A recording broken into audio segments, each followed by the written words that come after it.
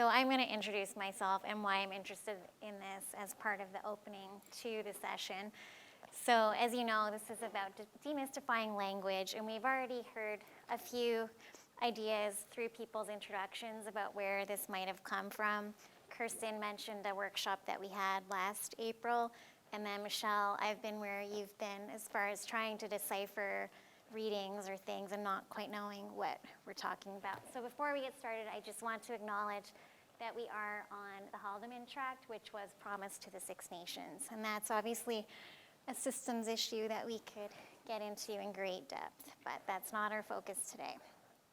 So where I kind of got interested in language was 4 years ago when I was assigned to teach a systems thinking course in the School of Public Health and Health Systems, and this was the description that someone had come up with. The course had never been taught before, and the words, okay, I knew what multi-level holism was, but the other words in bold, I didn't know what any of those things were.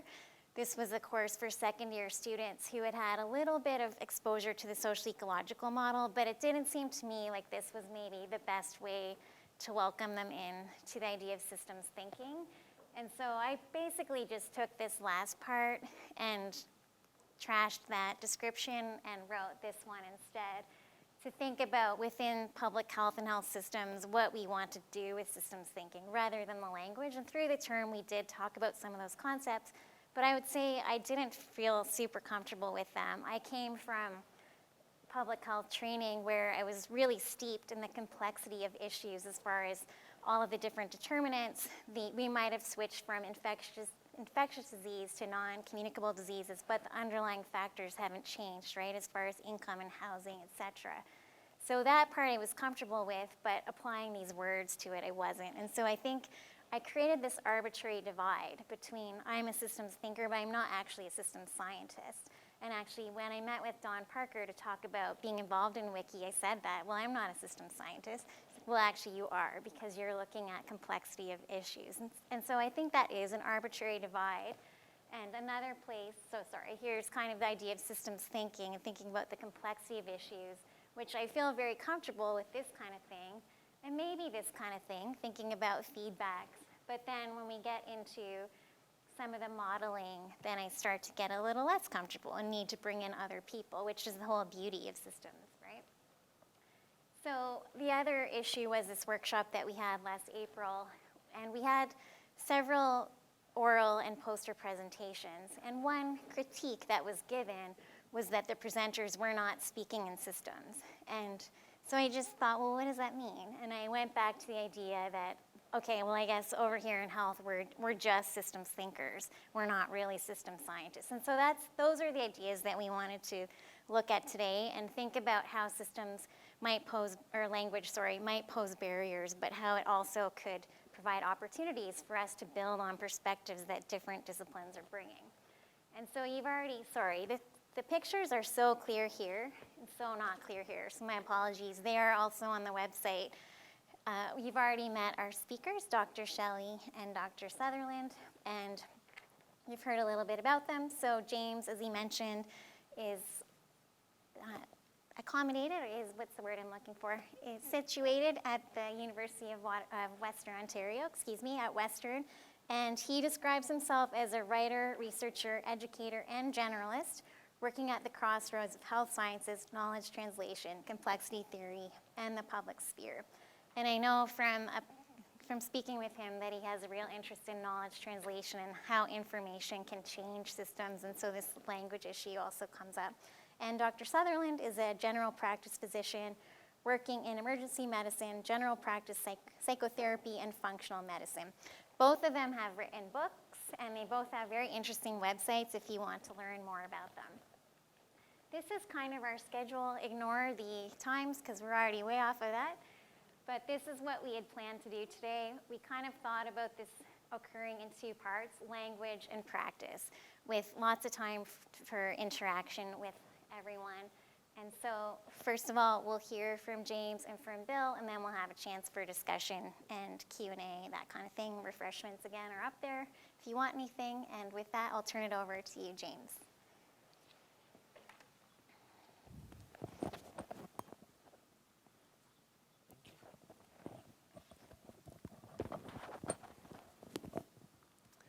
Good afternoon. I'm going to do the little PowerPoint swap here real quick. Nope, it's all good. It's all good.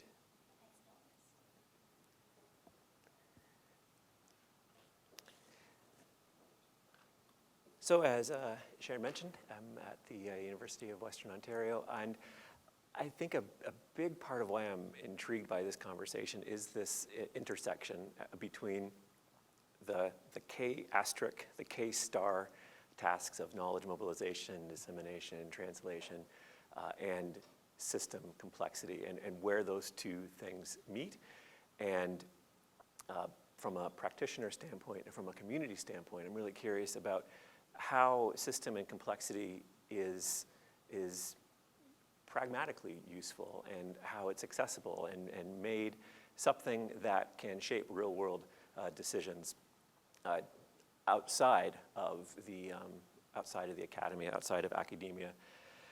So I wasn't entirely sure coming in what exactly this was going to be like. So I thought that for myself, this was my first question, and we have had the great opportunity to kind of hear of where everyone else is from. And so based upon your self-introductions, I think we're definitely more towards the 1 and the 2 than the 4 and the 5. And by that, I don't mean to say that you're not normal people, but you can interpret that as you will. And it was kind of helpful to get a frame of reference going in, kind of to whom are we speaking and about what are we speaking. So I'm really in service of the knowledge translation question.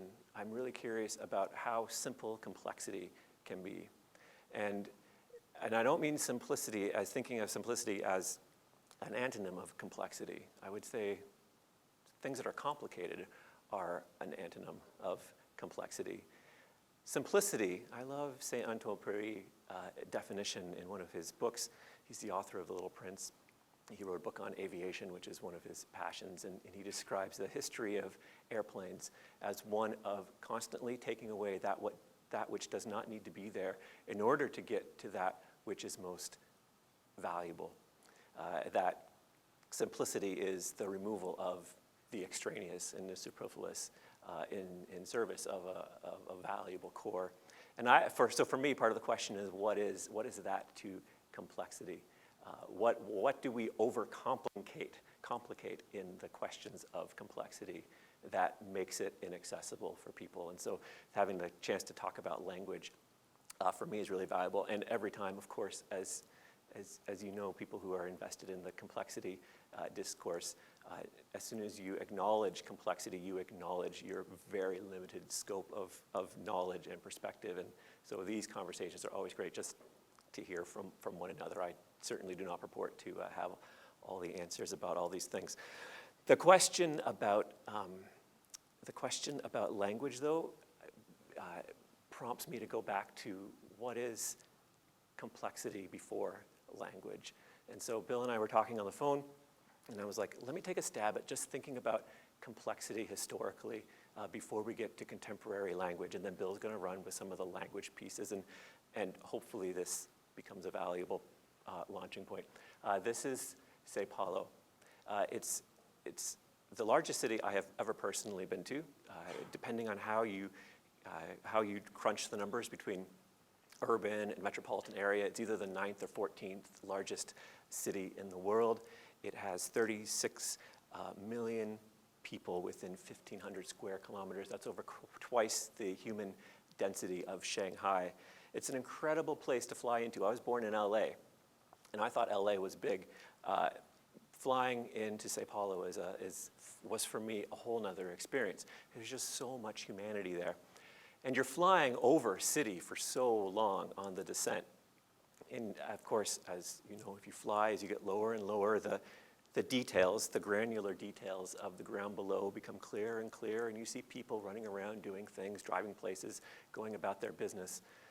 And as you make this long descent into a super, super big city, you think to yourself, or I think to myself, you know, in a matter of moments, I'm going to be one of those little pixels down there running around. I'm going to be one of those people doing something that seems important to them, going about their business, doing their thing. And there's something about that elevated perspective that puts yourself in perspective. And complexity prompts me to think about perspective, because what is complexity if not seeking to have a deeper perspective and a broader perspective than that which is immediately self-evident by looking at a thing? So the idea of zooming out is this interesting, has this interesting thread through literature. So this is not where you typically start a complexity talk, but just bear with me for a second. In Herodotus, in the histories, Herodotus tells the story of Xerxes, who's about to go invade Greece again to avenge Darius's, his father's failed attempt. And Xerxes brings his entire army together at the Hellespont. And Herodotus tells this anecdote of the king standing upon this big hill overlooking his entire vast army and thinking to himself, I am great, I am wonderful, and he starts laughing to himself. And then all of a sudden, the king starts crying. And one of his aides says, well, you were laughing. You see how powerful you are in the world. And the king says, yeah, but it just dawned on me that 100 years from now, not one of these people are going to be here. And that human life is just so pitiful and short, and what's the point? And he goes on to invade Greece. But there's this moment, this epiphany moment. And there was something about seeing it all. There was something about having this higher vantage point that gave the king this new frame of reference. And there's this theme, when you actually think about it, runs through so much literature and a lot of theology too. So Cyprian, 2nd century, I think, theologian, uses the thought experiment. Imagine the highest hill imaginable, the hill that you could stand on and see all the world. And so from this perspective on this hill, you can see everything. You can see what people say to one another's face and what they do behind each other's backs. You can see the corruption, you can see the greed. And so from his theological perspective, Cyprian has a very pessimistic view of the human condition from a vantage point. And this goes all the way back to like ancient Mesopotamian cuneiform, where you have this Atenna is unable to have a son, and so he has to go talk to the gods, and he goes up to the gods on an eagle. And as he gets higher and higher, he sees the world below him get smaller and smaller, and he wonders, like, what is his place in the world? And he gets so disoriented, he has to go back. That's him on the eagle right there, apparently. In practical terms, many of you will recognize this image from the early 70s, and this picture was one of the really had an impact on the environmental movement, on the ecological movement, because it was a frame of reference of the planet that a lot of us hadn't really thought through about in such high resolution before. That everything on there is connected. And what you don't see from this map of the world are what? Borders and cities. You have an entirely different frame of reference. And of course, we could go even higher. This is, I'm going forward or backwards? Sorry. Go even higher. This is a very famous image. It used to be the farthest photograph we have. It's not anymore. That just actually got updated. But it's still the farthest photograph we have of Earth taken away from Earth, the pale blue dot. And so this is a Voyager 1, 64 kilometers per hour for 12 years, and turned around before leaving the solar system. And so that pixel is Earth. And many of you know there's the famous quotation by Carl Sagan, who says, you look at this dot, you look at this pixel, and that's it. Every war, every pretension to grandeur, every attempt at being something and making something, it's all a property of a tiny dot. And I won't go through all these, but just to say that even without the advanced technology of having, satellites hurling through space, taking pictures of things, there's a tradition, even Dante getting to the 7th realm of heaven and looking back and seeing the earth from the perspective of the 7th sphere. I'm not going to attempt to do my old English, but Chaucer touches on it a few times too.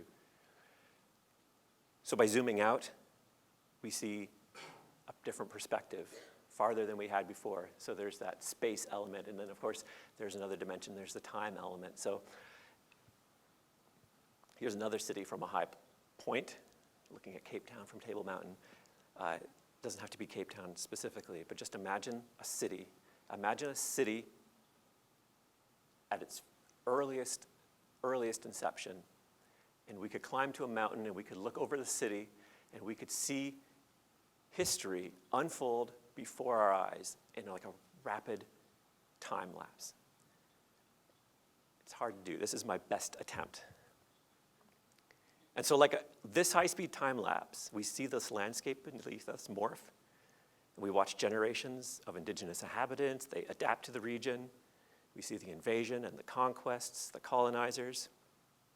We see the despots, the revolutions. We see this never-ending evolution of building styles, fashion designs, social conventions. We see spikes in new construction and buildings degrade. And so imagine, like in the course of a couple hours, all the centuries unfold before our eyes, and then all of a sudden, it stops. And it's the moment. And what if we could look at this moment and hold that much perspective at the same time?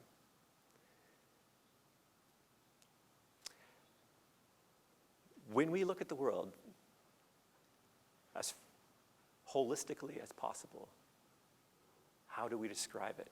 And how do we describe the processes we see? So, Bill.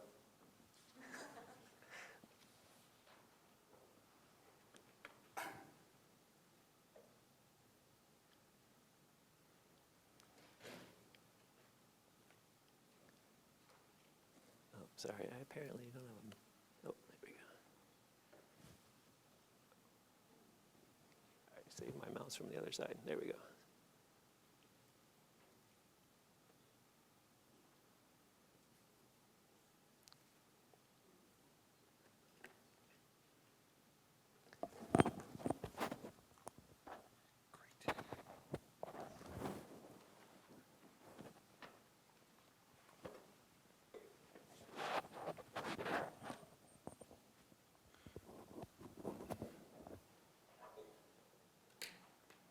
Did I lose a power cord there? I think we're still good.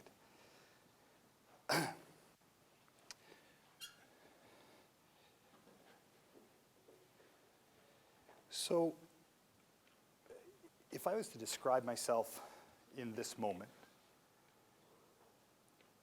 what fits best for this moment, I'd say that I am an applied folk philosopher. I like the texture of those words right now, in that, because it gives me a chance to play with the language that we're about to talk about. I don't want to play with the language in an abstract way. I don't want to, I certainly don't want to be a reading of a dictionary. I'm going to give you a really good complexity dictionary at the end. It's just an amazing resource that for those that are well entrenched in this and those that are new to it, those that want to share with their students, those who want to learn and eventually share with others, fantastic resource. So I'll give you the dictionary at the end, so don't panic. But in the meantime, I really want to get into sort of the textual nature of the words around this that lets us get into this thing called complexity. The language that may hold the Rosetta Stone that lets us get into something called holism, that lets us get into this broad nature of interconnectivity. That's kind of what I'd like to give you today, is a way into that.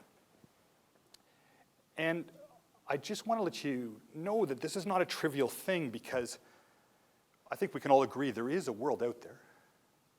I think we can all agree, without getting too caught up with the things of philosophy, that you're in it. But that relationship of you in it with the world out there is where it really gets interesting, because there is a relationship of how you create and form what you observe and see. And language is a great mediator of that. Who here speaks more than one language? Who depends on one language to express certain aspects of your being over another, that the other language just doesn't do it justice? Right? So already you can see there's a shaping of your world. And when we're coming in here and from an academic perspective, you need to understand that if you were brought up in this culture, and not just culture, when I mean this culture, I don't mean Western culture per se, as a modern person, then you're deeply entrenched in a language. And that was largely unconscious. You learned it, you were learned it from a very early age to break things into parts. Right? You're steeped in a reductionist way of seeing the world. It's what we call an epistemology. It's what we call a worldview. And by the way, most of our epistemologies and worldview we're blind to because that's how they work better. Worldviews work better unconsciously. They don't work so well consciously. And if you want to see disruption, you'll just look at, we go to wars over worldviews, over ways of seeing, right? So this is not a trivial thing that you're here for. If you really want to start seeing the world complexly and holistically, and you want to embody yourself to that, this is a major shift, right? And language is an important key with that. So just to give you a sense here, this idea of complexity it's not new. This is a great family tree. I mean, we were talking today about cybernetics. You were in Bateson. Some people would have called the original language of complexity. System science, what's the name of Bert? What was the name of the original systems scientist? Wrote a book on it to coin the idea. They were contemporaries, but they came out of the same thing. And I want you to think about this as a family tree. And if you look through this, if you take a second to go in, somebody mentioned about complex adaptive systems, for example. Where was it? You're mentioned in your course, right? Cybernetics, where I just saw autopoiesis in there. Autopoiesis, right? Complexity, these words that come through. And so these are, and so what we're seeing is that this notion of complexity, it's an early idea. It's nascent. It's a seed. It's not developed yet. There's no consensus. As a matter of fact, in many ways, we often reinvent the wheel. Similar ideas from slightly different perspectives, new words, right? And this can get confusing because this is all up for debate still. This is a chance, this is actually a living language that's forming. We're literally forming a language, which is kind of exciting, right? Rather than the same old thing that is, was given to you by generations back. I mean, when you think about it, you're really dealing with 16th century, 17th century language. That's what you've been strapped with. And now there's a chance to have something that has a freer notion to it. But one way to think about these is, anybody here speak a Romance language? Portuguese, Italian, French, Spanish? Anybody have a background in Latin? Any Latin takers? Yeah, a few hands, all right. So you recognize that they're different but similar. And that's maybe one way to look at this, is that you see all these different things out here, but you'll recognize that we may come up with slight differences, but we're pointing towards the same thing. All right, so in that list of the family tree, these are the ones that I like to draw on. Systems theory, complexity theory, complex adaptive systems, nonlinear systems dynamics, network theory, emergence theory, chaos theory, cybernetics. And why I say I draw on all these is because this was the rabbit hole I went down. I started with this one, and then it takes you somewhere else, and it takes you somewhere else, and it takes you back somewhere, and all of a sudden these different gates and doors open up. And little by little you start saying, oh wow, okay, I'm hearing the same voices I'm hearing these voices in the wilderness, and I think they're speaking about the same thing, right? So the first thing I'd say to anybody that's new to it, put up your hand who's feeling a little daunted by complexity languaging. Be honest. We're all daunted. So that's where you start, right? So one of the things is start looking at these major collections, right? They're already little holisms of thought in themselves. You don't have to learn them all at once. Pick one that's of your interest. See what comes across your radar. Start to dig into that as your core language. Once you learn French, maybe Italian isn't so hard, right? So you start to go in from there. Now, here's the other thing that I kind of want to bring forward today. I could sit out here and read through the complexity dictionary. Let's just throw out some jargon. Give me one word from complexity that you hear all the time. Just give me, let's do a quick jargon quiz. Hysteresis, great piece of jargon. Throw that into a sentence. Wow, smart guy. Hysteresis. Okay, some more. What are some more complexity jargon that you see that get thrown around? Path dependence. Sensitivity to initial conditions, right? Great, love it. And I do love it, once we get into it, as an idea. But this is the jargon. Throw me some more, the ones that you've come up against that just seem, you mentioned about I don't understand, throw me some words that have been thrown at you that just were what do I do with this? Emergence, great one. Philosophers debate over that one. Emergence, okay. And we could go through, and I am going to give you the dictionary that defines emergence. I can give you whole articles: deep emergence, shallow emergence, is this emergence, is this not emergence, linear versus nonlinear, right? And we can go through all the jargon. And someday, but here's my theory, and this is actually an interesting thing, because I've been asked 3 times now to do a peer review in methodological journals around issues that were complexity approaches. And you know what I saw in all 3 of them was just the superficial use of the language. Like, there really wasn't a sense of a deep dive that somebody was seeing things deeply from this perspective. And jargon here and jargon there. And you know the problem when you get enough jargon? We're going to have one of 2 outcomes. Bullshit baffles brains, or you see through the bullshit and there's no substance, because it's just words, it's just syntax, it's just lexicon. It's not the grammar, it's not the language, it's not catching the wholeness that it's supposed to catch. Would everybody agree that language is a holism? Language is self-referential. Did you know that? Open up the dictionary, take any word, and what does the dictionary do? It'll take you to another word. Now you look at that word. Where's that going to take you? To another word. If you track this long enough, where do you end up? Still in the dictionary. You've never left it. Back at other words, right? So you have to understand that these are holisms, and you have to treat them as such with that respect. You can't teach them trivially, right? You can't treat them trivially. Oh, so why these? So this is what I want to say to you guys today is, before you start trying to tackle the jargon, that's just so daunting. Anybody ever tried to go through, memorize, that learned a new language as a second language, memorizing vocabulary? Right? It's hard, right? So, I forget it again. So one of the principles in complexity thinking is working from first principles. Right? Challenging your first principles. What are the first principles of holistic thinking? What are the first principles, right? The fundamental presuppositions, the axioms that drive it. Do you understand that? And what is the first generation that gets born of that, right? And that you track that. Now, if you understand the principles, then the other things just fit in and find themselves. So I'm going to suggest a few principles that work for me, and we'll go into them today a little bit. The notion of holism, what is it? Self-organization, common theme that comes through. Circularity, the making and owning and responsibility taking of distinction making. States of being, or what you might call the behavior of systems. Notions of hierarchy and organizing, ordering. And notions of self-reference and paradox, because once you get into complexity thinking, you can't get away from the self-reference. You're always in the dictionary, right? A always comes back to A, even if it's a circuitous route. And so you're stuck with these notions of these tensions of paradox. And this is why complexity thinking is great for things like wicked dilemmas that don't have an answer of A or B, and you've got to work through it in the tension of the living interaction. How many people here in their research are dealing with wicked dilemmas? Yeah, it comes up often. Well, again, how do we define it? And we can get into again, this is an important thing, right? Are we talking about the same thing? So what I would say about this is a perfect example, right? So I throw the jargon wicked dilemma. She often, here's the thing, will make the assumption that we're talking about the same thing, and then we're in trouble. But wisely, Dawn said, are we talking about the same thing? Well, I don't know, let's define it. And now we're actually in a dialogue and interaction, so at least we're having a shared lingua franca, a common language that we can go forward. Because if we make that assumption, you're screwed, right? You'll come in this all the time. So again, part of today is how we move into that.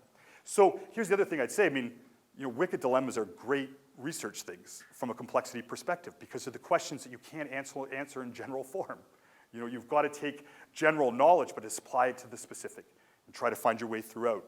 I like it. Anyway, holism. Forget what's up there. And again, these are dictionary things, right? Parts, wholes, synthesis, interdependence, context. What do we mean? I'm not going to get into all that today. I'll give you the dictionary. You can look it up. But let me ask you. Let's make this interactive. Let's make this an actual experience. What does holism mean to you? Let's negotiate it. It's a new language, right? You have a word. You have a say in it. So what does holism mean to any one of you guys? Just fire it out. Don't look, again, just you hear that word, holism. Dealing with holes. What is a hole besides something in the ground? So I think one of the first ways that it was explained to me was the process of zooming out. And I think that that's like a fairly simplistic way to put it, but like zooming out and then the ability to zoom back in, but then take yourself back out. How did you enjoy James's talk about zooming in and zooming Yes. out? Right? Did it feel good for you? It did. Did it have a resonance? Yeah. Right? Okay, so something in holism says we have a zooming in, we have a micro, we have a zooming out, we have a macro, and yet we're still talking about the same thing, but our perspectives change. Great. Who else has a notion of what holism is? We're defining it. We're collectively negotiating it. James. Maybe something related to the sum of many parts. The sum of many parts. And then when we get into the sum of many parts, we have the sum of many parts. We have more than the sum of the parts. We have less than the sum of the parts. Right? We have this thing called parts. Oh my gosh. So we went from wholes to parts. So maybe we now have to have a conversation, what the hell's a part? And how's a part different from a whole? How's a set different from a system? Right? But we better know what a part is. Because it sounds simple, right? How many people, what age do you figure when you heard the word part? I got parts. How old were you when you got Lego? You got parts. Who here used Lego? Lego is awesome. How many people are now our parents that have stepped on Lego later in life in the middle of the night as you're going to the washroom? Oh, it's a holistically messy situation, Lego. But again, you can see here that this is why we need to have these kind of discussions, because they're not self-evident. That we're talking the same language, that we mean the same thing by parts and wholes. And maybe we'll discover something, in this kind of talking, that actually all of us go, wow, that's great. It's kind of like an epiphany, like, I get how these things go. I remember one of the things, again, here's jargon, bottom up, top down, circular causality. It's actually a paradox, right? Here, let me give you the paradox. The parts from the bottom up form the whole. But the whole simultaneously creates the boundary conditions that restrict and dictate what the parts do. Do you see the paradox of that? Because it's actually happening simultaneously. That kind of like stretches your head if you really try to think about it. Because if you try to put it out linearly over time, that's not how whole things work. You didn't come together in parts as a living being. You were living the minute you were living, and the minute you're not, you're not. Right? So again, this notion of language, of parts and wholes, and getting into this, it's kind of a fascinating thing, right? But again, I just want to set you up today with this enthusiasm for discussion, right? I hope you leave today with a little enthusiasm, that you turn to each other. Maybe you give your number to somebody and say, we should talk about this. We should sit down and have coffee about this. James, don't you think so? Shouldn't we sit down and talk about this more? More coffee, more good. More coffee, yes. So again, same thing. What's a system? Really, forget what's up there. Your intuitive notion. What's a system? See, this is hard, right? Because you've been fed for so long. Here, read it in a book. Here's a system. Memorize it. Put it back on, and then you'll get the right answer. Check. I'm good. Whether it be on an exam or on your comprehensives or whatever, right? But that's too limiting. What's a system? I would say it's defined by there being, I guess, at least more than one of something that is therefore able to, well, actually, I guess it could just sort of be one of something. But anyway, something in interaction with something. I guess that could be its own something. But it's the interaction that makes it a system and not just a set. Okay, so we have things that we're good with some things. We're really good with nouns in our culture, right? I'm a something. You're a something. He's a person. I'm a person. We put all sorts of labels. But what's this thing called an interaction? Now we go from system to interaction. What's an interaction? What's a relationship? So right now, everybody, show me the relationship we're having. Show it to me. Where's the relationship? Are we having one right now? Yes or no? Are we having a relationship? Yes or no? Commit. I would say yes. Yes. Right? We're having a relationship. Now quantify, show me it. Where is it? Where's the relationship? What is a relationship? What is this thing called a relationship? There. Now, our relationship changed. But now she's not beside me. Are we still having a relationship? Right? So this looks easy, because now it looks kind of like connected. That was perfect, by the way. That was perfect. And now we're at a distance. But where's the relationship? Can you hold it? Can you see it? Is it here now? How will it be in a minute? How was it before? Is it changing? And this is what I mean by a living language, right? Like, how do we get a grip on this notion called relationships? Because it's essential to the notion of complexity, to this whole science theory, emergent idea. We got to get a hold on these things called relationships. But I think we should probably talk about it first. Have you ever been in a relationship where the other person wasn't talking? How'd that feel? I know, I've been married 25 years. I know about the cold shoulder. I really do, right? So if you're not talking, if you're not discussing it, right, you're not going to understand what a system is. What is a part? What is a relationship between parts? What does that look like in all of its ways? Self-organization. This is where magic starts happening. Again, forget what's out there. Here's language, by the way. So again, if you're for the dictionary people, and I'm going to encourage you all to be dictionary people, indeterminism, emergence, adaptation, agency, top-down, bottom-up causality, attractors, divergence and convergence, dissipated systems, autopoiesis. We're all notions that point to self-organization, and we can get into the degrees and flares and hair splittings of all of those kind of things, but what does it mean to self-organize? First off, do we have any examples of it in the room?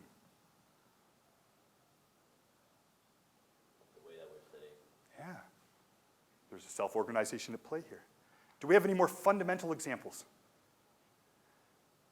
Everybody take a pulse. Any zombies in the room? You're all living beings? Well, you're looking at this wonderful architecture of self-organization called life. So if you're talking about self-organization, you could put another great question up there. What is life? Anybody thought about it? What is life? Schrodinger wrote a book about it. It's not a trivial question. And by the way, it's not an answer that's necessarily that we have the answer, right? We have an idea of what is life from a reductionist perspective, but it's hardly satisfying. So what is life from a complexity perspective? This whole notion, a whole science called autopoiesis, right? Defining life on life's terms. That's a self-reference, by the way, right? So a self-referential turn of life defining itself in a universe of its own construction. That's craziness. This is the wonder world that we're getting into, and I encourage you all to think about, right? So right now, quick, give me your definition. Anybody? Self-organization, your definition. You live it, you are it. Isn't it amazing that no one's ever asked you the damn question? I'm not going to put you on the spot and ask you to answer it, but go home and take that as a, maybe you should know. Maybe, right? States. This is kind of the stuff of science. Behaviors, how systems behave, how complex systems behave. Are they behaving badly? Can a system behave badly? Are they behaving in a good way? Is there a healthy system? Is there an unhealthy system? I don't know. Do we bring morality into it? Is good and bad a good word for it? What are our markers of the health of a system? What is its state? And again, you will get into the words behavior, chaos, fixed points, periodicity, edge of chaos, bifurcation, sensitivity to initialization, pathway dependence. You will get in to understand the nature of behavior, right? And this is important, a very important one, by the way, because this is where analogies happen, where you look at analogous behaviors of very, very different things on an ontological level. Right? But you start to see the similarity that maybe a city, like São Paulo, has some bearing of how my body is in health. And not just as two separate things, but actually as interrelated things. When we start to look at different natures of scale and the like. And by the way, although I put these up as 6 or 7 different words, are you starting to see that they're not actually 6 or 7 different words? That they're actually like Venn diagrams that over-relate in their interrelations? They're different ways of saying the same thing. Circularity, nonlinearity, circular processes, iterations, feedback, externalities, synergies, integrations, these types of causalities. We live in a world that wants to make everything a straight line. Linear causality. You always heard that expression, right? Causation, what is it? It's not the same as correlation and all of these things. And we try to set up everything in these ways. But when you start going in, as a physician, here's my hard part, right? Someone comes in their complexity in the moment and says, Doc, I'm not feeling good. There is never a linear answer. There is never a simple causation. And you know what? Here's the thing I'll say with a thing in medicine is all my patients come in wanting linear causation. It's magic. The pill that makes them better, the therapy that makes them better, the diagnosis that there'll be a sure way to get out of, that it's going to, somewhere I'm going to feel better in this. In a simple A to B way. And I think we all know, if any of us experienced illness, that it never works that way. Right? So then what then is the world then that would look like that actually deals with our health and our expression of our vitality in the world, like you were talking earlier, that doesn't blame the patient? Because blame the patient happens in linear causal structures. We'll just make the patient the causal problem. right? Rather than there's all of these systemic complexities that we have to learn to dance with. So circularity is one of the things, like literally I said here, that makes the world go around. Just by the way, any engineers here, give me a definition of feedback. What is feedback?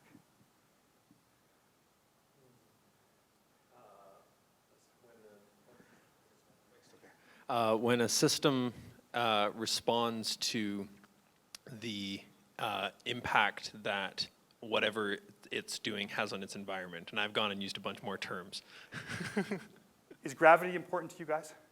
Does everybody have a pretty good grip on what gravity is? Right? You probably should have an equally good grip on what feedback is. Because as biological entities, it is absolutely essential to the nature of biological living. Distinction making, differences. So observership, subjectivity, radical constructivism from a biological perspective, not a social science perspective. It's a cybernetic line that's, again, the same words, but slightly different things.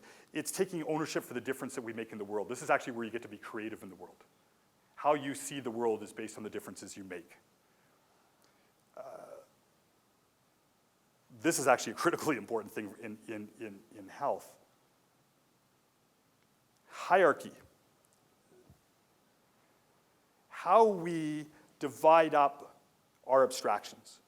We have fundamentals, and from those fundamentals, we create all of these levels of abstractions.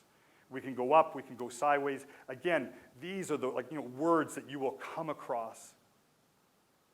Words of each of those specific languages, and there's many, many more. But again, there is this notion again of how we order our world. And we get into trouble with this all the time. So over lunch, we were having a conversation about the state of the healthcare system. And here's the problem where at times we have to know, are we speaking specifically or are we speaking in a generalization? I'll give you one example. I do equine therapy with my patients. We use horses as a type of feedback, a circularity, for people to understand their own nervous system. All right, you have an individual horse, the individual being, who have a name. I have a horse called Theo. He's a big, huge Clydesdale. The individual horse.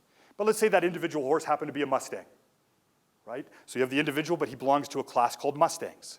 And Mustangs belong to a class called horses. And horses belong to a class called mammals. And mammals belong to a class called animals. And animals belong to a class called living things. And living things belong to a class called things in the world. But you have another thing called, this is my car, which happens to belong to a class called Ford. Or this is my car. It was actually an individual thing called a Mustang. It belongs to a class called Ford. That's part of automobiles. That is part of methods of transportation, right? And so on and so on. And you'll notice you've got a label called Mustang and Mustang. And on one level, horses are not cars and cars are not horses, except at another level called transportation, right? Do you see this tracking gets important? And here over a conversation, I bet you see this in academia all the time, you start arguing with each other because you're not actually talking at the same level of distinction. You're talking in a realm of generalization that the other person isn't, and you know what that looks like? Conflict, right? So again, the ordering and understanding where you are is important. Again, self-reference, we talked about dictionaries. I'm going to finish off there. I don't have time, but if you please write this one down. Everyone that is interested in language, this is your dictionary. There is, on every one of those families, network, complexity, complex adaptive systems, cyber, all of those things, there is literally somewhere between a 12 to 16 separate videos, 10 minutes each presentation with a free PDF book with tons of external primary research to back all of it up, all of the references you need for all of the language and all of these things, and done well. You know the thing that says that when something is done simply and expressed easily, that it actually shows the competence of the understanding of the person behind it? This research has, this site has it. And I go back to it all of the time to update my language when it starts getting rusty. And it's largely a free resource out in the public domain for you to use in your own understanding and with your classes and things. Highly recommend it. So you've got to make the next step, which is become proficient in the language. It's a second language. It's not your birth language. So you know how hard it is for anybody that's learned a second language to work at it. So you have to decide to do that. and bring it in so that we can have this common discussion. If we don't have it, we can never talk to each other. I think that's it. All right. Okay, thank you. So we aren't totally on our schedule, but we do want to allow some time for discussion and questions, and also get to you were just ending by saying people need to learn this language, but I guess my still remaining question is, how do you bring people together who aren't using the same exact terms, especially with that Venn diagram of all these overlapping? And we want to talk about what this means. Both of our speakers work out in communities trying to, bring other parties into solving problems, and how do you bring them in when you're using terms that might be kind of intimidating, right? So do we want to take a little break so that people can get refreshments and then come back and have a discussion? Okay, I see nods, so let's do that. 10 minutes, is that good? Okay. I mean, since you've suggested that I say something, since I have this microphone, I will say something. The thing that I'll say is that what I'm really struck by is the importance of the structural understanding of what language is that was showing up. I forget in exactly which talk, maybe both of them, but basically pointing at how, if you read a paper or something and it's using a bunch of language, but it's using it in a kind of shallow way, then it's missing the point of what language is, which is to be a map of some sort of structure in the territory. And so I guess the thing that I'm sort of thinking about is something like, how do we perceive the same structures and then come up with handles for talking about those structures, so that when I've got a structure in my mind, I can sort of evoke a similar structure in your mind, whether it exists or not, or invite that in and be able to be clear about that. I don't know if that's a question to answer, but it's a thing that is on my mind. How do we stay in touch with the structural nature of language?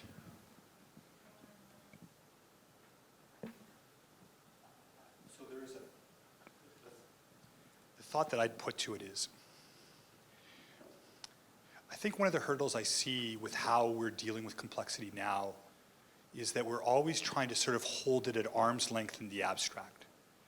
So one of for example, in cybernetics, the original cybernetics thought, like Norbert Wiener and all of these guys, what they went on to call first order cybernetics. It was actually really a very traditional scientific paradigm.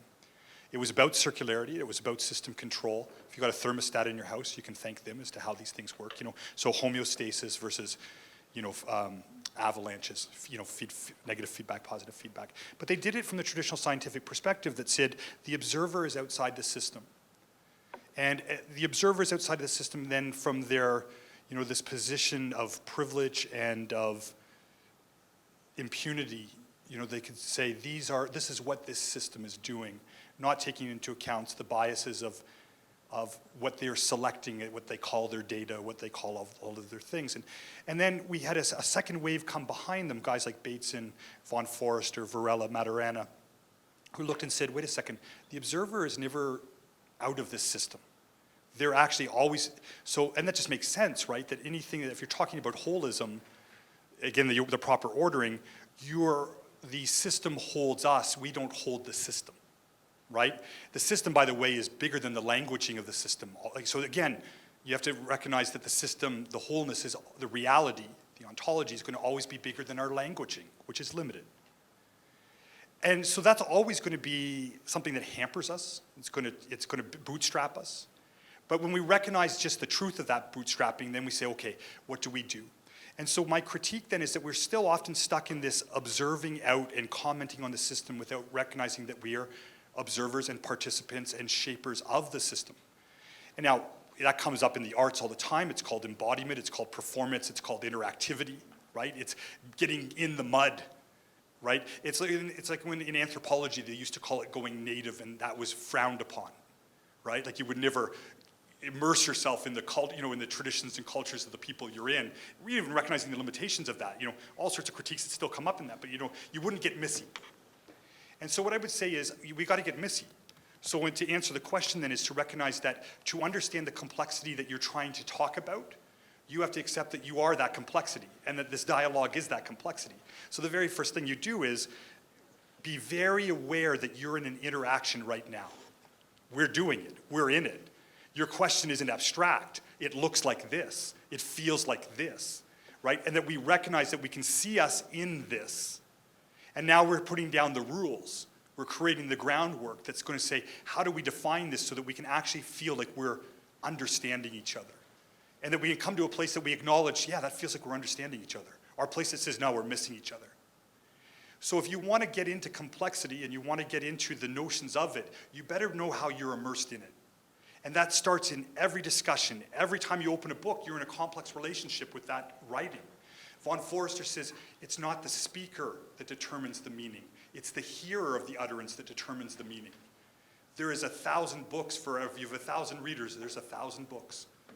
There's 1,000 articles if you have 1,000 readers of your academic article. And this is what we have to do. So I'm saying is, get messy and be aware that you're always in the complexity of the complex system and start to leverage that, right? Make it performance, make it embodiment. If it doesn't feel right, you've got to find a way into it. I don't know if that answers the question, but the structure is living is what I'm saying, right? It is already here. We as living beings have the structure we have these cognitive structures that let us relate. So don't just talk about it, recognize you are it, talking about it. And that's a big difference. Let me give a more pedantic answer to that question. As someone who came into complex systems relatively early back in the last century and had the benefit of going to one of the educational programs at Santa Fe Institute and then developing some overview publications, for instance, to introduce geographers to complex systems concepts, and then teaching my own classes. And I think really the evolution of scholarship and the convergence on some common definitions will help alleviate some of these problems as time goes on. And I definitely see, I loved that, the slide, the Castelli slide of all these different camps. I think we are seeing a little bit more convergence. And as we continue to have the opportunity to teach classes, and as people start to write textbooks, for instance, the Grimm and Railsback individual-based modeling textbook, it's really about complex systems concepts. And if you're entrepreneurial enough, as Volker Grimm is, people begin to adapt your language and your concepts, and then they have that text or this website to go to say, what does that mean? So I'm sure there's some scholar on campus who would have the answer about how language emerges and how common understanding emerges, but I do think there's a path for academics and scholars to help that process along. I guess in response to that, I don't know how much language plays a role in this, but in health, we have how many commentaries on how we should use systems thinking. And some of them do use some of the language we've been discussing. Some of them don't. They take some terms that have particular relevance, they think, like policy resistance, but we're mostly not doing it. So is that a language issue, do you think?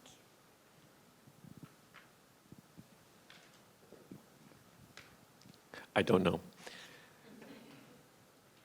But to bring on, to circle, to maybe tie some pieces to the question that you kicked us off with, I'm fascinated, curious about this ancient philosophical question between the phenomena and the experience versus the description and the language. And when we're setting out to have these conversations about complexity, it's an interesting question to me that I don't want to take for granted how important the language is versus if we're having a meaningful conversation about the phenomenon. So, for example, I was just visiting Sharon's class before this, and we were talking about various concepts within systems, and we talked about several, but information flows was one of them. And so instead of trying to define information flows as a concept within systems, I think one way that we can have constructive conversation is if we can talk about a thing in the world together, as we have different vantage points on it and perspectives of it, and as we talk about that thing in the world, maybe we'll have some sense of shared meaning together. So when we're talking about information flows, we talked about those signs that they put up across the 401, for instance, that say, you know, traffic moving slowly between, you know, the next 4 interchanges. And all that sign did was change access to information within the system. It enabled, though, a whole bunch of people to make adaptive decisions based upon information. And so without adding more lanes and building more infrastructure, this change in the way information works creates an ability for this system and people within it to respond differently. So when I'm working with people, individuals in the community, and we're trying to talk about complexity, I'm not sure, and I'm really open for input, I'm really curious about this, I'm not sure how important it is that we all come to the consensus that we have a shared definition for information flow. I don't know. But I feel like it's more important that we somehow have this critical conversation about, well, okay, so how does information change here? And how would changing the way we share information change this thing we're working on in the community together?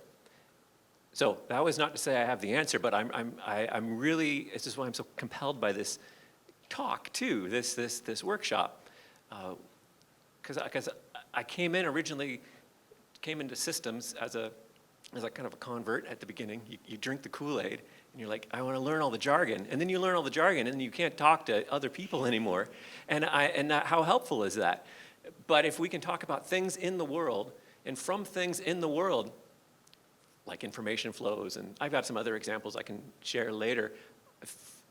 For me, in my very limited experience, relatively speaking with this, it's when we start talking about things in the world together that we can start talking about things.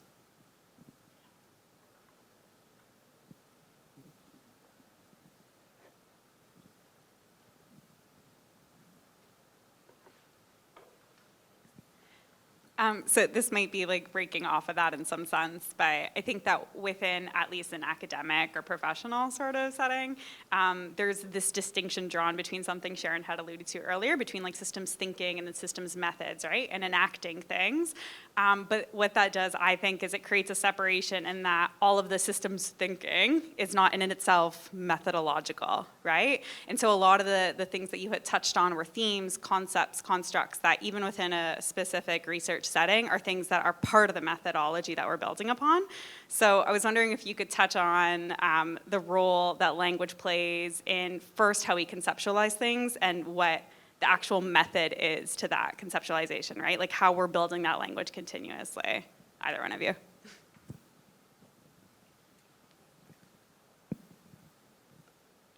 So let me just state one thing to James. So like what James, just follow off what James just said. So first off, it's interesting because in some ways I think we've set up kind of tension points as in what we're the embodiment of in here today. But the tension that James just mentioned is a tension that actually lives within me and I'm sure lives within James. Like we're trying to figure, we're always in this type of thing. You know, Dawn and I had some talks today and we set ourselves up to be the holders of a certain tension point, but the truth is the point she's holding or the point I'm holding, I can speak for myself, lives within me too. It's just who are we at a given point of that discussion. So again, we see almost like a fractal nature of it. It's on different scales that it shows itself, but it's alive. One of the things I would say when it comes to like methodologies, right, from an academic perspective, you're saying, so, how you're going to qualify or quantify, or what is the type of way that you're going to structure a research to answer a question. And that's very important. But one of the things that I would say that complexity thinking has helped me understand with my patients, and is from a cultural level that shows itself in an individual predicament, is something that I've gone, again, this is my own languaging, it's not in the books, but what I've come to call inversions. So I'll give you an example of what an inversion is. Let's take the word ecology and the word economy. Now in the modern economy, most people will tell you that they act and behave as though economy trumps ecology. But and Varela was great. He had a type of dialectic that said, you have to know, it's like nested dolls. What's the primary nested doll and what nests in each of those nests? And it's like, you've got this living ecology, we'll call it Gaia, which can birth all sorts of different economies that then feed back in a circular way on the ecology, right? So mothers birth children. Children do not birth mothers, right? Except when the children becomes the mother and births their next children, like there is this thing. But so it would be an inversion to say that the child births the mother, right? But we do this all the time, right? We, in a sense, rather than saying the ecology should birth an economy, we've inverted it and said the economy births the ecology, right? And that's the political speak. That's why jobs first. Well, yeah, that all sounds good, but what about my jobs? You know, this kind of, and I see this in illness all that, like when people come in with, you know, what we call illness is actually an inversion, right? In some ways and that it's just as simple then as, well, not simple, but in addressing the inversion, right? And so I would say with methodology, just be careful, and I'm not going to answer it for you, but in that hierarchy of nesting of how you get to a methodology, what is the methodology nested in, and what comes out of methodologies? So that's the question I'd ask you, right? As you look to say, what methodologies am I going to use? What methodologies am I going to create? What kind of methodologies or modeling am I going to adapt? Well, what's the doll that nests in? And what, you know, does that nest in and that nest in, going that direction? And out of the methodology, what are you hoping to birth? And if you confuse the order of that in any other place, then we've got muddledness. And then you're not really obeying your complexity concepts. Like the one up there called logical types of hierarchies, of organization, of abstraction, of thought. You've got to know the word methodology, the notion of it, it's an abstraction. Are you in the right order of horses, of individual horses, mustangs, horses, animals, mammals? Are you in the right order? Are you mixing that up? And if you mix it up, you'll have mixed up research. And so you need to figure that's what everybody that's doing this work really needs to be very clear. Have they created the right ordering? The problem with modernity is that one of the things I would say with like our culture is we very much enjoy creating inversions. And by the way, those inversions are often blind spots. And the things about blind spots is you're blind to your blind spots. Why I loved reading these guys like Bates and found Forrester, they were philosophers that were very good to point out the blind spot. And once you see it, you can't go back. So I'm just going to put it as a question. You think about it. Where is your methodology? Can you track in both directions your complexities? Your question just reminds me of Sorting Things Out. It's a title by Bulker and Starr. And it's, I think it's actually out of print, but I'm sure there's a copy in a library here somewhere. And it's an analysis of categorization, essentially, with a bent towards analyzing health. But I think it's so applicable to research methodology question as well, because it just asks and delves into those like inherent power questions related to methodology and the latent biases that happen within them. So no answer other than I'm compelled and fascinated by the question as well. And I found that helpful to make me more confused, so you're welcome. Can I ask a follow-up to that? Like, can everything be ordered? When we're talking about something like poverty or climate change, and there's this huge array of factors, and we don't understand them all, how do we order them?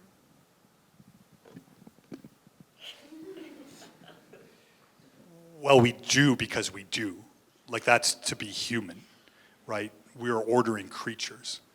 I mean, the nature of life is a difference-making machine. And the question is, how do we make meaningful differences, which we then order? Bates consider, we have to look for the differences that make a difference. And it brings up a good question. Is there such thing as good ordering and bad ordering? Which actually brings up further questions, like is there a good thing called is there such thing as a healthy epistemology and a pathological epistemology? Bateson argued that there is such thing as pathological epistemologies. He grew up at a time that when the rivers off Lake Erie would literally go on fire. Now we're seeing a world on fire, not just rivers, right? Look at Australia, right? He would argue that that's a product of a bad epistemology, that we've made a mistake in our ordering. So what I would say is there, yes, ordering is essential, but it's essential that we have to strive to find out the nature of right ordering. And then that comes to question, well, how do we know if an ordering is right or not? And we had a little bit of a discussion around this today too. Like, how do you find out if an order is, what lets us know that this is right ordering versus wrong ordering? What are all the systems of feedback that ultimately are embodied that come back to say that we are on a track, like on the right track and balance, with these different levels? One of the orderings that I use as a physician is I try to look at three things. What are the dictates of the individual? What are the dictates of the culture? and what are the ecological evolutionary dictates. And so individuals have histories that bring them to a point called their ontogeny, their development and growth. Cultures have histories that bring them to the point called their history. And ecologies have histories that bring them to a point called their evolution. And all of these will have these competing dictates. And to me, health shows, and that's an ordering, right? Individual, culture, ecology. If I really want to hit a home run with health and not just create, I don't want my intervention to be good at one level and create a pathology at another. Yeah, opioids are great for pain control, but addiction at the cultural level and, the promotion, that sucks. Antibiotics are great for the individual, but, antibiotic resistance and super virulent bugs, not so good. So the reason that ordering becomes so important is I have to make sure that all of the relevant levels line up so that when I do something called an intervention, which is always risky, and I always prefer to have alignments rather than perpendicular interventions, that they're aligning with the related dictates of all three of those levels. If one is out of place, well, that's a place then I have to think, how do we bring that into balance? And so then my intervention changes. It's not an individual intervention, but maybe I have to start acting at the level of culture. Or maybe I have to reference the evolutionary level so I can bring it back in. I just have to say is that in the end, it's essential and necessary that we do order. And then I'm going to leave you with the question, how do we know the difference between good ordering and bad ordering from an epistemological perspective? How do we find a way to question our blind spots? And I would assume, that research at its best is doing that, right? That we're really, so I'm always about first principles. Like, if you ever divorce philosophy from science, we're screwed, right? You'll always come, we have to have some, because they're feedback, they're just levels of feedback, they're not separate, right? So science is a great way to create ordering and question the ordering we've created, and then suggest other options. Does that answer the question in some way? They're always circuitous and circular. I apologize.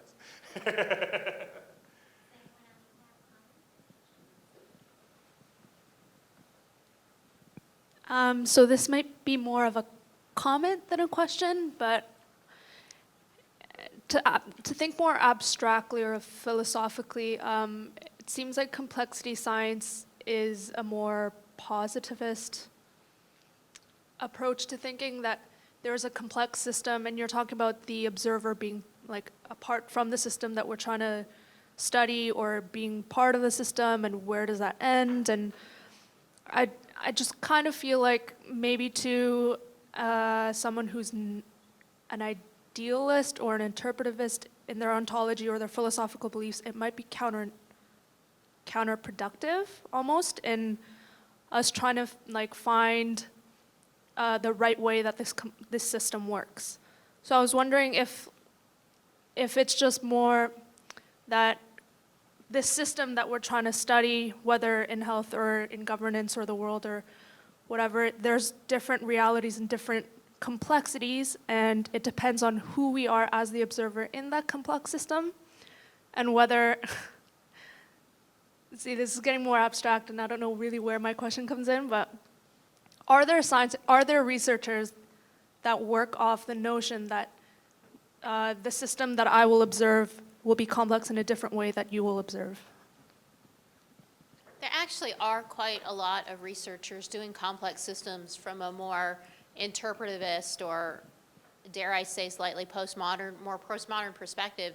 And in particular, I'm thinking about the people that do participatory agent-based modeling, Francois Bousquet and the group at CIRAD. So, complex systems does acknowledge heterogeneity of perspectives and ideas, and I think part of what you're saying I would interpret as perspectives being different at different scales.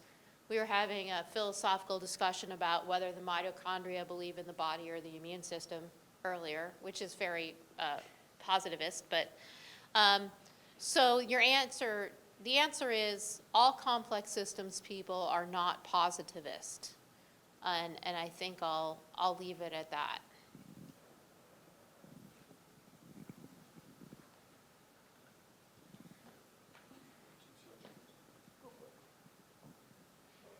So my own position, I would say, is one of a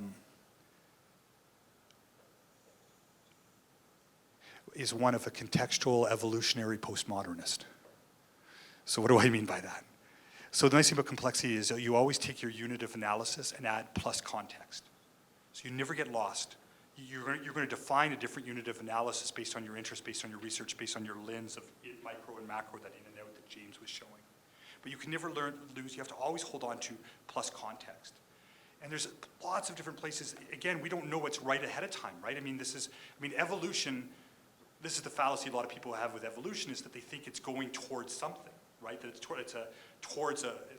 teleological, like it's going towards like some kind of perfection, but that isn't true, right? It's a creative unfolding. But it is being tested, right? Always in terms of context, of time and place.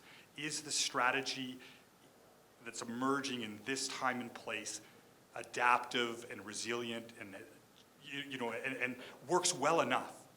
And so I think is that part of it is that that we recognize that we can put up all of these different relativistic ideas from, again, ways of being in the world, and humans have always done that. And some are good, or not so much good and bad. Some are successful and some are not. And some are successful as long as they're successful until they're not, right? And that's the nature of adaptation. So whatever you put forth, recognize we're always putting it up against the evolutionary machinery. Like we have this idea called modernity, but we may not be here in 10 years. There's people citing these types of things now, right? So there's no thing that says this has succeeded or not succeeded. It's always a work in process, right? Being put against these evolutionary things. So those are the neat tensions you get to hold, that you can be both a biologist, a staunch evolutionist, and a postmodern theorist simultaneously, if you recognize that the greater context holds both and looks at the mechanisms that those work in against each other, right?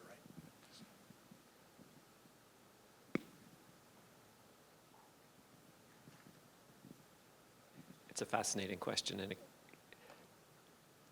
because you can just imagine, I don't have much to offer on this other than I'm fascinated that you could reference it as a very positivist frame of reference, and also a very transcendent religious one.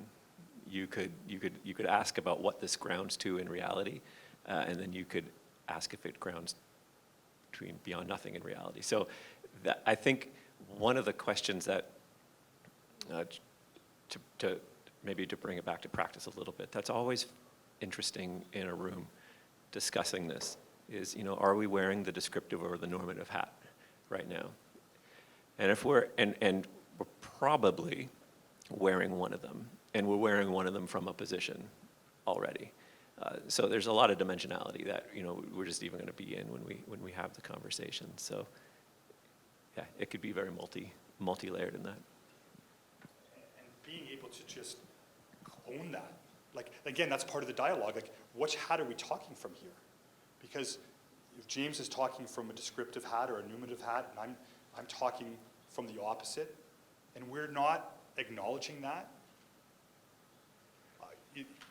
so we have a choice. One of us can shift, or we can choose to go away, or we can choose to play that tension in some new creative way, right? There's lots of options, but we need to really get used to the texture of what that, either the dissonance or resonance that comes out of it.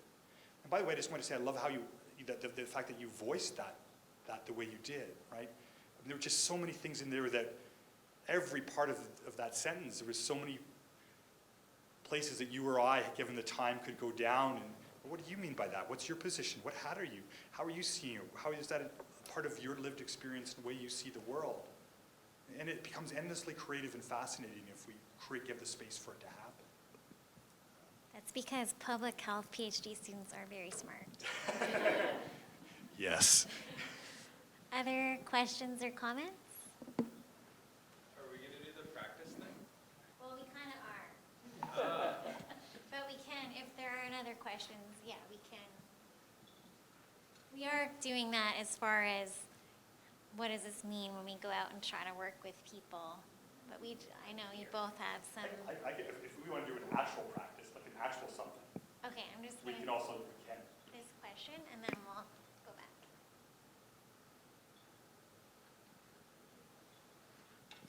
Hi, I wish to ask a questions about the harmony, the notion of harmony from the Eastern Asian philosophy. The harmony, like part versus whole, the whole versus part. How does it apply to the complexity system? Could you give your opinion about the two different kind of Yeah. For yourself. Can you think, do you in yourself, have you ever had an experience of harmony versus an experience of dissonance, or an experience of balance versus an experience of being unbalanced? Can you look in your own life and your own experience? Can you look in your own life and your own experience and find an example of either harmony or a disharmonic state? Have you had that in your own life ever? Yeah, and often those moments are punctuated, right? Like where it's like, wow, I'm in a really alive, vital, harmonious state as an individual or in my interaction with others, or the punctuation like, oh, this is maybe one of the hardest times of my life. It seems like I'm just out of balance with so many things. Have you had anything that you can draw on like that? Yeah. So you are a complex system that was part of the complex system that birthed that experience. So the question is, can we ever have a dialogue? And then, and maybe even dare to say, can we have an analysis, that goes even deeper into that experience to try to understand it? That's what we were trying to talk about partly today too. But if you've had that experience, and you have, because you said I have, and I've had that, I've had what I think is an experience like that, and I can say, well, I've had this experience. And now we start to dialogue. How is it the same? How is it different? Are we talking about the same phenomena like James talked about? This is the beginning of inquiry, right? Like, start with the phenomena, start with an experience that is actually complex. And when you actually when you start with something that's in your own life, so it's not just like an abstraction, but something you've lived, then this is even, there's more roots of richness to dig in. We were talking about how, as researchers or doctors, we can keep reinventing ourselves into things that we're interested in. I can become the doctor in the medicine I'm interested in. Dawn was saying she can become the researcher in the things that she's interested in. That inevitably goes back to the lived experience. So if you can talk about it, if you can experience it, this is actually complexity, not these words. Now we just have to find a language, like you said, now we're transcending culture, like the Eastern perspective of balance. Well, how do I come to understand that, from my culture? And maybe we need a language that's not yours and not mine, but a shared language that lets us bridge what other ways would seem alien and other to each other. I think this is what the notion of this type of research and talk offers up. It actually lets us come together. I think that's really important. So that's a good segue for how do we use language to come together rather than let it be a barrier.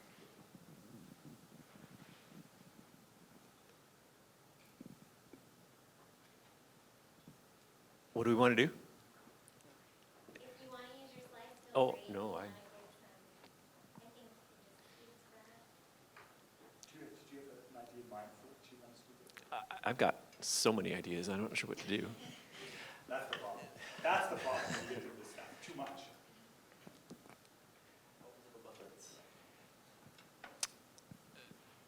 I think going back to the tension you were describing earlier around, James, you were saying you don't necessarily think that stakeholders need to come to the table with using the same vocabulary as you.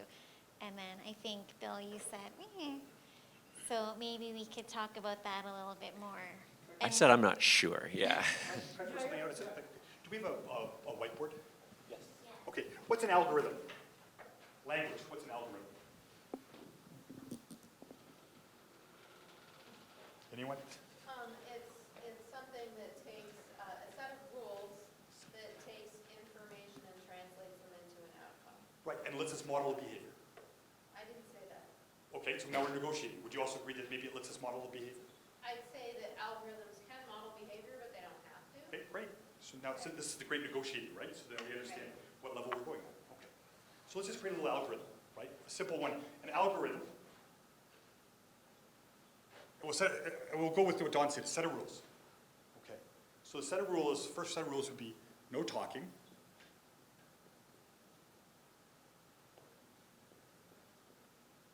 And this next one is... Violated rule number 1. Oh, thank you. But in a moment. And And this will take place in a moment. No talking. This is good. But believe it or not, this type of thing is the things that let us get more precise. You know, Gregory Bateson said, you know, he had a great thing, which is there is this lovely, again, tension between like just wild, free thinking and precision, right? Accountability of your thinking. So this is why this is important. No talking, and everyone place themselves at equidistance from each other and the walls in the room. Okay. 2 rules.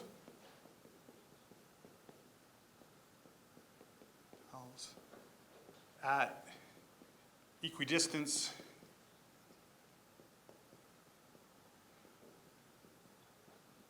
from each other and the walls. Okay? And you can imagine that we could put this into a computer program and model it. These are 2 simple things, like they've done with bird flight. What was the one with bird flight, right? It was 3 rules. Yeah. 3 for flocks. Do you remember what they were? Equidistance apart, turn in the same direction. I can't remember. There was like 3 little rules. Stay close to your neighbor. Stay close to your neighbor, right? Yeah. Each other and the walls. Okay, great. So we have no language yet. We just have an algorithm, and I'm going to ask you guys to enact it.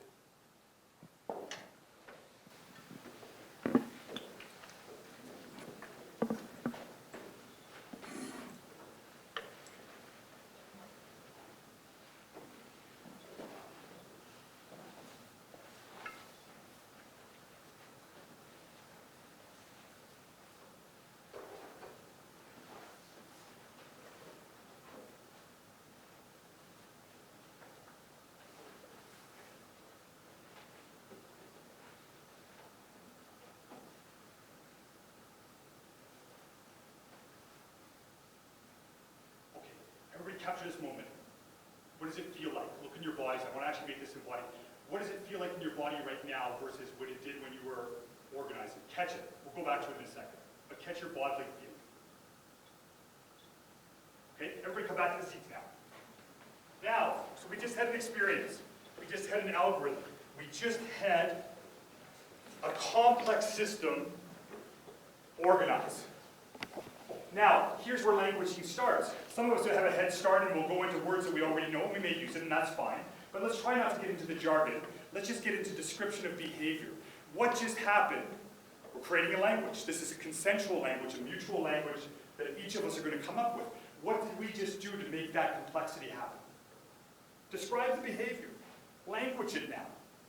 How did you know that this algorithm was met? And it was met quite quickly. Let's let's create a language of that shared experience. I don't know if this is too jargony, but we're relational. So like you put yourself in a place and how you relate to other people and the walls of that place. So take it one more level. What did you do to actually, in yourself, to be relational, as you say? So observe. So you're observing. And then what kind of calibrations did you do off that observation? Like a measurement. Okay, so you're measuring, you're observing, you're watching. Yeah. Who else wants to comment on the behavior what just happened? I noticed that I was kind of standing in the middle of the front, and I noticed that this side was a little bit more dense than that side. And it's like I had to notice that, like I had to notice the whole in order to say, okay, well, it might be true that this half is equidistant from each other in the walls, and that this half is equidistant from each other as the walls. But if they're the same size, they've got more people, then it's like there needs to be more people over there in order for the whole to have that property. So it's like even though I can only control my own position, essentially, needing to see the whole system in order to know what is needed to fulfill the outcome. Why did you decide? Why did you decide to move, not somebody else? Why didn't you go and move somebody somewhere? Why did you do what you did right there as you did? Why did you do all of those things? I thought about pointing, like saying, "Here comes someone get over there." And I may have even pointed briefly at one point. I don't remember. But then I sort of had a sense of, well, it seems that nobody else is going to this particular spot, and it seems that somebody needs to be there, and that'll be better than me being where I am. So it's like recognizing that my move would represent an improvement over the previous state, whereas somebody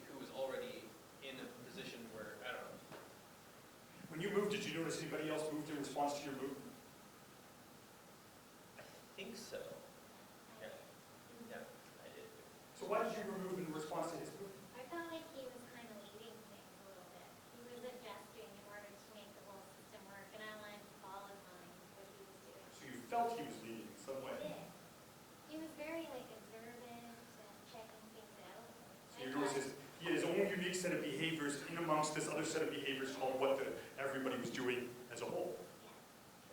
Anybody else want to comment on that experience? And I stared sternly at him, thinking that he was out of line. Oh, cool. Right. What are you doing? Oh, yeah. Trying to figure out why he was asymmetric. Yeah. So I missed the whole. So I'm gonna jam off asymmetric now. Here's the thing. So now we're gonna get more complex. We're gonna do one more, and then we'll just wrap it up. Oh, no, wait, let's get all the comments. Oh, I was just wondering about like the algorithm. Is that it seems a lot of this was implicit knowledge since we didn't have to code what no means, and we didn't code what the wall was. So I was like, is the ceiling a wall? Is the floor a wall? Right. So what is implicit knowledge? Why was there biases towards not the ceiling and not the floor? Why didn't somebody get up on top of one of these then?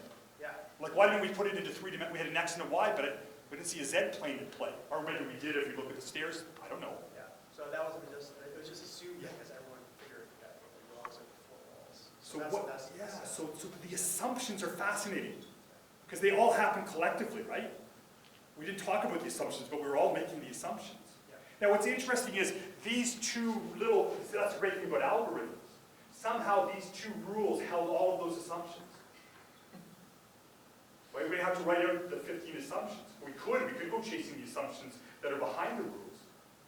Right? So now that sounds like complexity, doesn't it? Geez, it sounds like modeling. We've got a simpler explanation for all the assumptions that are embedded within it. We've got all these fascinations. Do we go deep into analysis? Do we go back out to synthesis? Which direction do we go in our thinking? Some of those latent assumptions are, I think, some of the sparks for my question about where the necessity of language fits in. Because if someone started crawling up the wall, we would have had to have a discussion amongst ourselves. I don't know exactly how we would do that. Because now something in the world that we're all privy to, sharing climbing up the wall, like, so that's where it would be, go for it. And so, I mean, this is where I think the language piece is interesting, and especially it's for that kind of provocative point of tension lies for me. So problem or novelty? I love this one. Remember I mentioned paradox up there under self-organization, self-reference? Okay, paradox of life. On one level of our being, it says, if you look at your genetic code, it says, under no circumstance change the basis of your genetic code. Conservatism is the day. What was. 50% of your metabolic activity you still share with bacteria. 50% of your metabolic pathways. Like the DNA code says conserve. Because if you start messing with the code, and especially old things in the code, what happens? Well, you just don't survive. It's called, there's miscarriages. The fetus just does not develop. Except for those more superficial mutations that says, well, I can accept that a little bit. Now, on another level, that's one level of being, right? On another level of tension, life says, if the context changes, adapt at all costs, change or die. So you have change nothing and change or die. These are the tensions that life works in. And by the way, it's those tensions that hold us together as life. So this is what James said. On one level, we go conservatism. We went to the assumptive things, right? That says, just sort of the natural conservatism of all those things. We had an X and Y, but not a Z plane. But all of a sudden, Sharon decides to climb the freaking walls. What do? This is important in society. Do we admonish her? Do we rip her down and say, that's a problem, don't be that way? But maybe she's causing disruption. How do I tolerate the disruption that the status quo isn't there? But maybe she's the answer. Maybe she's the way out, but I don't know if I like it because I feel pretty uncomfortable right now with her climbing the walls. There's legalities, what about the insurance? Oh my God, right? And so on. So, but this tension isn't to be resolved. Well, it is to be resolved, and that's the next question. How do you resolve these kind of tensions?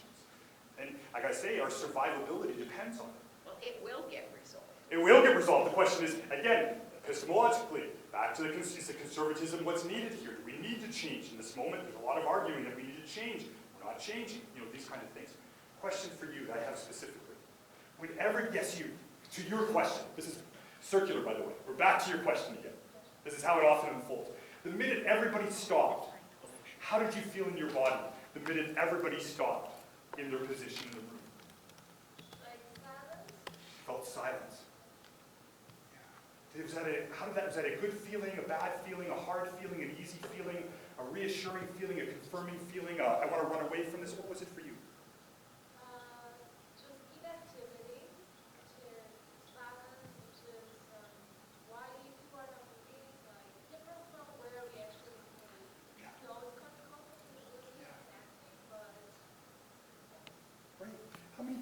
just quickly want to share their experience the moment everybody stopped.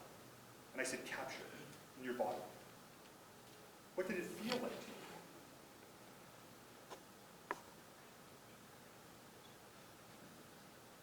I felt kind of like a hyper-consciousness of where people are surrounding me. So that was your experience? Did you want to keep moving, or were you content, though, that that was the position that the algorithm had helped bring you to? Okay, so you weren't content, right? So I'm not going to make everybody do it, but just to give one, just the last one as a thought exercise, we could say, and it needs to be symmetrical. So now all of a sudden, that same exercise, we put a third one in, we have to go through this process, and now that's called adding complexity, right? How do we do the whole thing but create symmetry versus an asymmetry, right? That would be, again, and we would do it. We would find a way. And again, here's the thing I want you guys all to realize.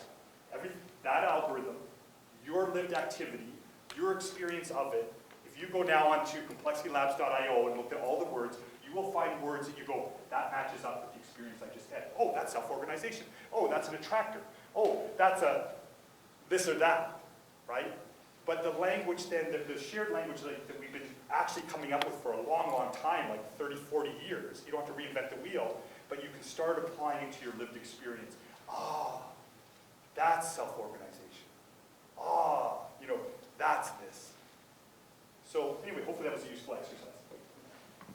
Yes, unfortunately, we're out of time, but let's thank both of our guests, James and Bill. And actually, Brenda has a lovely local thank you for you both. And we also like to thank Brenda for her assistance organizing and also give you a warm welcome. It's definitely, you've been under fire to get going in this position while our university HR systems have not been so, what have they been, adaptive? Or anyway, thanks, Brenda. And can we also just thank Sharon who organized this whole event and brought the speakers together and organized the program and all the details. Well, thank you. Thank you. And thanks again, Iris. So if you missed something, you can always check this out. Okay, I just want to quickly mention a couple of things before you head out, and you're welcome to stick around and have some refreshments and more networking if you'd like. Wiki does offer some grants and matching opportunities, so check out the website on that. The matching opportunities are active right now, and there's money there to be used. So these are grants for which a partner is required. Also, I'd like to let you know about an upcoming event on February 12th, where we'll have Amanda and a couple of other student award winners presenting their paradigms, I guess you would say. And that's back in this same room.